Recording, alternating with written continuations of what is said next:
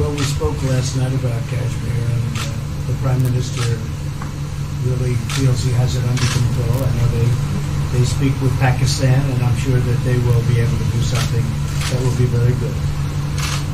We spoke about it last night at Guru. Mr. Modi, do you want to add?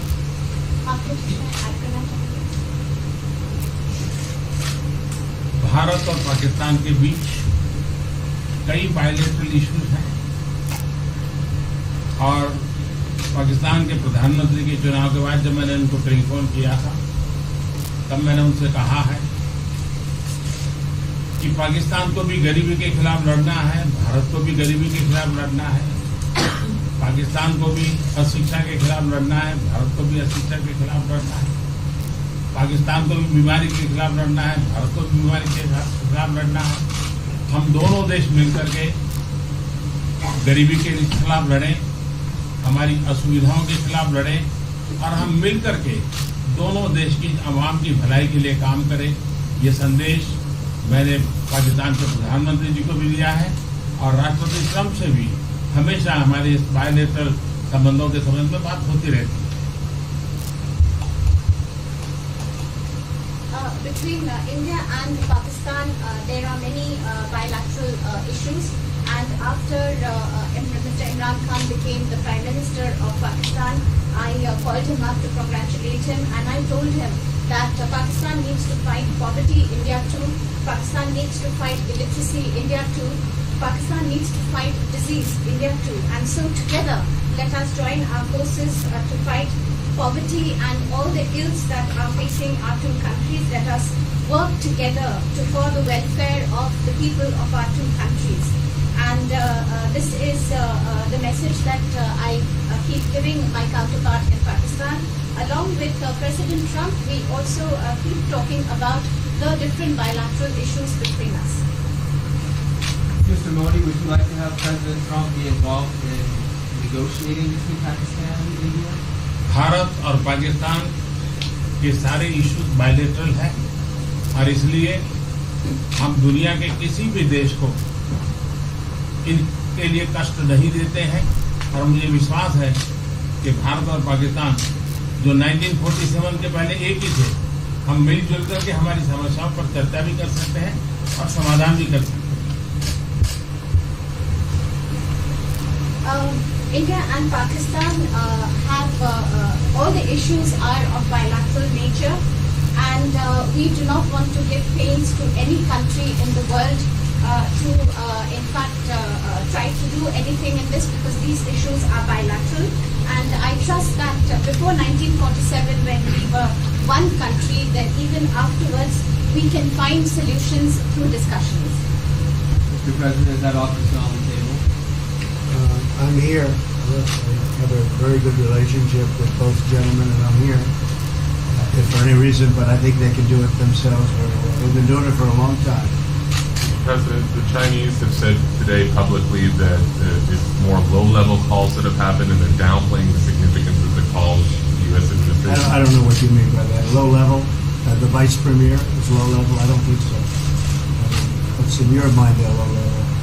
What is the position of the gentleman that was quoted in the newspaper today? Right. Well, the Vice Premier Leo came out with very significant statements, and we've been communicating through intermediaries back and forth with him. That's the Vice Premier of China.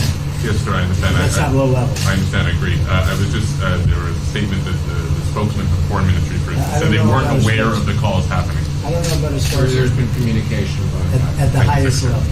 Thank you, Mr. At the highest level. Can you clarify the calls? No, I don't want to. We don't want to go into. We don't want to go into. Hey, look, in the meantime, our country is doing great. We're doing great. The Prime Minister just congratulated me. Everybody that's met has congratulated us on the job we're doing in the United States with our economy. Our economy is phenomenal, best it's ever been. And that's despite the trade deals. And when the trade deals get done, like we did with Japan yesterday, we did a really big, tremendous trade deal with Japan. And we have others coming. We're negotiating now in earnest with the European Union because they want to do that. They want to do that, and I do too. So we have. When we get these deals done, our country will be transformed. I mean, it'll be monetarily transformed. It's such a difference. between the horrible, horrible one-sided deals that we had in the past. And frankly, past administrations should be ashamed of themselves for allowing that. But we have many of them. One of them is the USMCA, Mexico-Canada. And hopefully that'll get voted on very quickly. Everybody wants it to happen, so hopefully we can make that a bipartisan bill. But we have many trade deals that are doing very well, and including China. And I think it was necessary to go through this, you would say a rough patch, but I'd say maybe much more than a rough patch. But that's okay, because we've been paid billions and billions of dollars. And you know that prices haven't gone up, and there's been no inflation. And we've put a lot of money in the Treasury, and tens of billions of dollars. And I've given a lot of it to the farmers that were hurt. I've been able to give a lot of money, compliments of China, to the farmers that were hurt, because we gave them 16 billion and we gave them 12 billion the year before. That made them whole. That was the amount of money that China didn't invest in our farmers, give to our farmers. So the farmers have been amazing, but they're very happy with the job we're doing. But eventually they're going to be the biggest, or one of the biggest beneficiaries. Okay? Mr. President, did you attend the climate session? Say it? Did you make it to the climate session? Were there any conclusions that you took away I'm from going it? to. In fact, it's going to be our next session. So we haven't had it. Do you have a message that you'd like to deliver to? No, I want clean air and clean water. And we're right now having the cleanest air and cleanest water on the planet. But that's what I want. I want absolutely clean air and clean water. Mr. President, just briefly back on China, we saw the comments from you about wanting calm. Calm. Calm, exactly. Just wondering if you could clarify what you meant about the call. Was that with light hydrogen? I don't want to talk about calls. We've had calls. We've had calls at the highest levels. But I don't want to talk about that. But the Vice Chairman put out a statement last night that was a statement and saying that he wants to make a deal and he wants calm. And I think it's a very good word to use, calm. It's not a word that I use that often, but it's a good word to use. And I think it's one of the reasons that's a great country. I mean, they understand. I think that message also helps with respect to Hong Kong.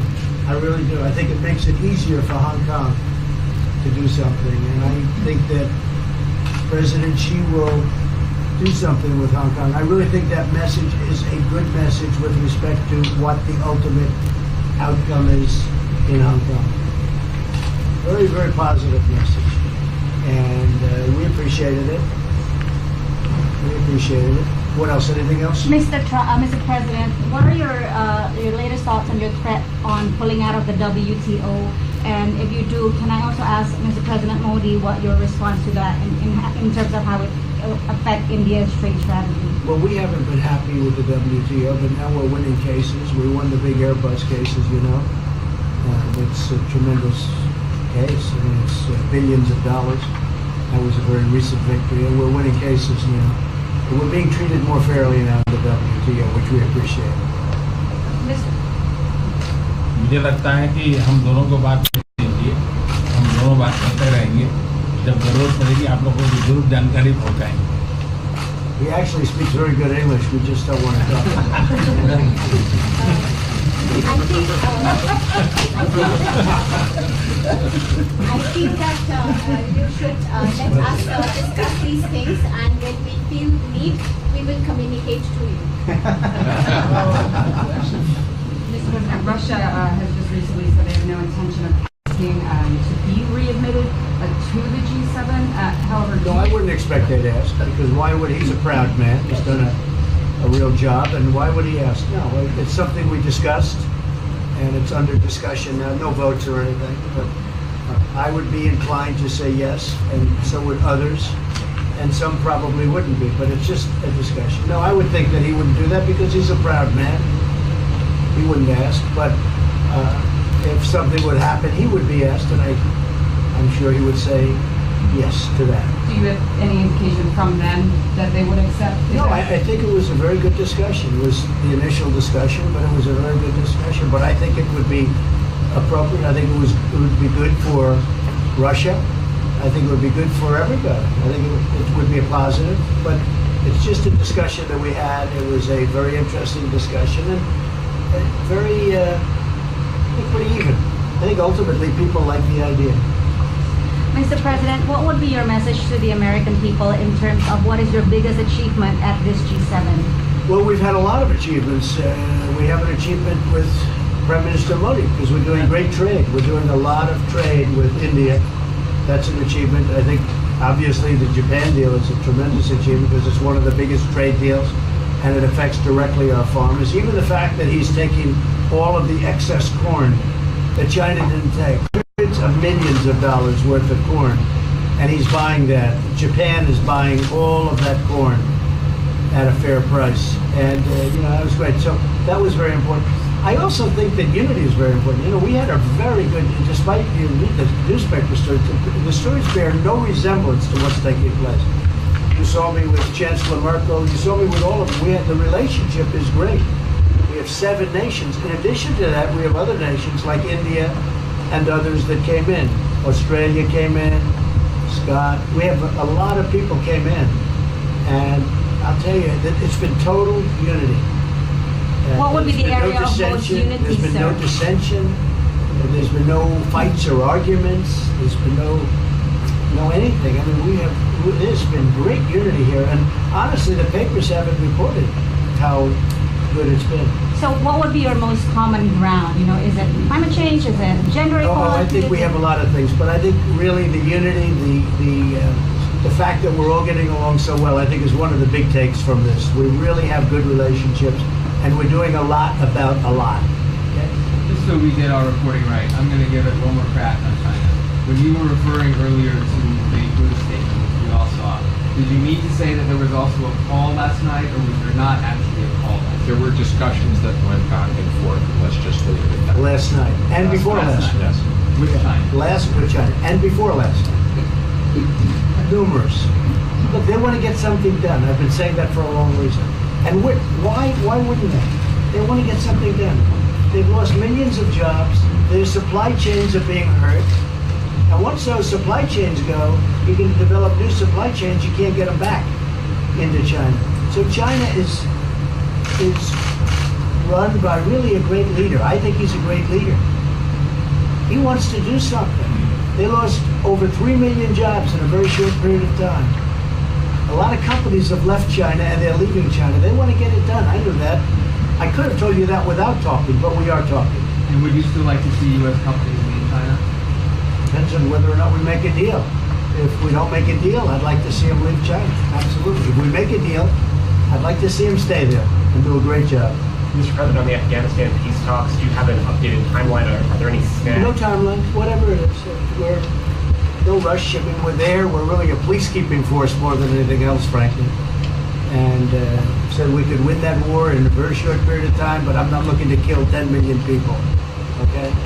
And we are working along with the Taliban, with the government, and other people too.